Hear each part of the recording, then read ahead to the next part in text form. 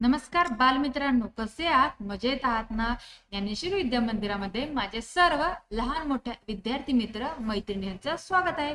मुलांनो, तुम्ही जर आपल्या चॅनलवरती नवीन असाल किंवा जे विद्यार्थी मित्र जुने आहेत जे आपल्या चॅनलवरचे व्हिडिओज पाहतात पण ज्यांनी आतापर्यंत आपल्या ज्ञानेश्वरी विद्या मंदिराला सबस्क्राईब केलं नाही अशाने लगेच सबस्क्राईब करून घ्या व सबस्क्राईब समोर जे नोटिफिकेशन आहे त्याला हिट करा, जेणेकरून आपल्या चॅनलवरती अपलोड होणारे नवनवीन व्हिडिओज तुम्हाला पाहायला मिळतील.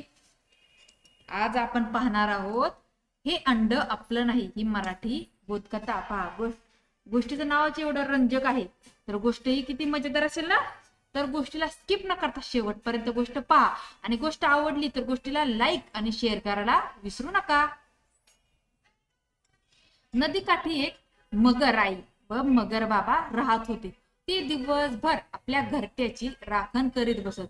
मगर आईने 6 अंडी उगवण्यासाठी ठेवली होती. दोघेही त्या अंड्यातून केव्हा आपली पिल्ल बाहेर येतील याची आतुरतेने वाट पाहत होते. त्या अंड्याची मायेने काळजी घेत होते. आपला जीव की प्राण असलेल्या पिल्लांच्या भविष्याची स्वप्न रंगवत होते. मगर आई म्हणाली, आपल्या पिल्लांना छान झपझप व्हायचं कसं ते मी शिकवणार. त्यांना छान छान खाऊ घालून ताकदवान करेन. मगर बाबा म्हणाले, मी त्यांना नदीकाठी थंडगार सुरक्षित जागा कुठे असते, विश्रांतीसाठी सावली कुठे मिळेल ते शिकवेल. दोघे जण आपल्या पिल्लांच्या सुखाच्या हिताच्या गोष्टी करीत बसत. एकूण 6 अंडी उगवण्यासाठी ठेवली होती. अचानक मातीच्या उंच ओट्यावरून एक सातवं अंड गरगळत खाली आलं. कोण जाणे कुठून कसं ते, पण 6 अंड्यांजवळ येऊन थांबलं. मगरनबाईच्या उगवलेल्या 6 अंड्यातून एक एक कर नाजूक पिलावळ बाहेर आली. 5 पोरं आणि 1 पोरगी. मगराई बाबांना आपली नाजूक पोरं पाहून खूप आनंद झाला. ते दोघं दिवस रात्र मायेनं एकटक त्यांच्याकडे पाहत बसे, काळजी घेत बसे. मगरीन बाईचे लक्ष त्या 7व्या अंड्याकडे गेलं. मगर बाबा म्हणाले, हे 7वं अंड आलं कुठून? काही कळेना, पण हे जरा वेगळंच दिसते बरं. दोघांनाही त्या अंड्याबद्दल कुठून आलं वाटत होतं.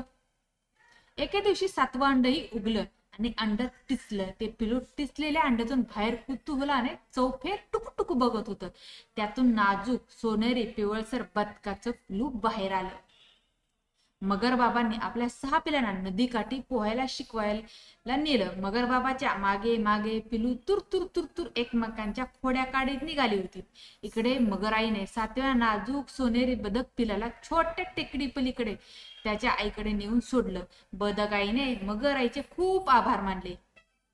बदकाईला आपलं हरवलेलं पिल्लू मिळालं. तिनं आपल्या पिल्लाला प्रेमानं कुशीत घेतलं. बदक पिल्लू या आईच्या कुशीत धावून गेलं. बदक आई आणि पिल्लांची भेट घालून दिल्यामुळे मगरीन बाईंना खूप खूप आनंद झाला.